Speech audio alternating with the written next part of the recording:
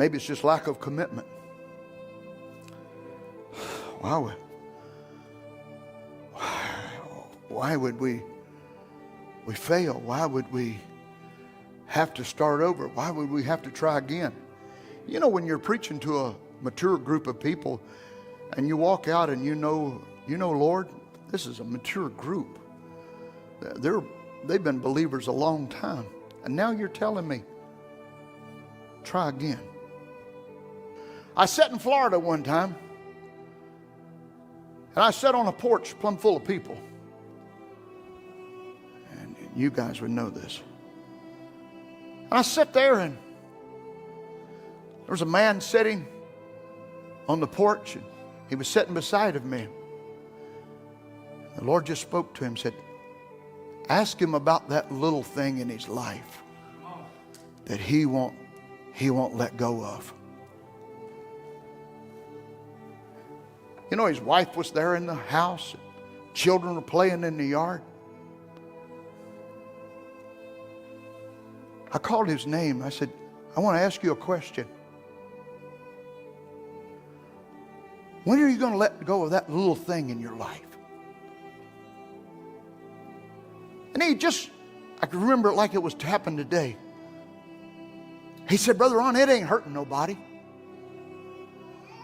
It's just hurting me. I thought that's a typical answer that the devil would give. That little thing ain't hurting nobody. It's just, and I'm preaching to you. It ain't hurting nobody. I said, let me just say this to you. As your little children that are playing in the yard, when you get ready, when they become teenagers, and you begin to try to call them back into order, they're going to go, Daddy, that little thing in your life, you never got rid of it. You got no right to tell us what to do. And I said, that's not going to be the end of your story. I said, your wife one day is going to say, and you try to call her back to order, she's going to go to work. And then she's going to be running around on you. And she's going to look at you and say, that little thing that you kept in your life. Right. Children are gone now. Wife is gone now, married to another. You know what's been the constant? That little thing.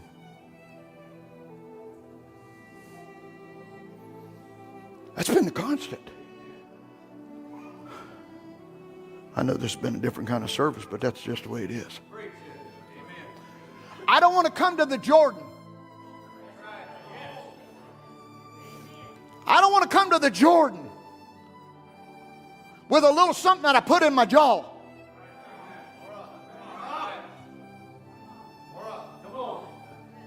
Or looking at the wrong sights on the... Nobody knows. It's not hurting nobody. God knows. There's an all-seeing eye watching you. And let me remind you, hell is not going to be a place of friends. Not going to be a friend in hell. Let me remind you, there's not going to be a sin in heaven. God's hidden simplicity. See? You can't get simple enough. A man get an education, the first thing he knows, he's so great, he can't humble himself. And God is so great that he humbles himself and hides himself from the sin. Jesus, thank God for it. He said, I thank thee, Father, creator of heavens and earth. Thou hast hid this from the wise and prudent and reveal it to babes such as will learn. The way to know God is get simple. The way up is down. Which way is the north or south pole? You're standing in space. See? The way up is down. He that humbles himself shall be exalted.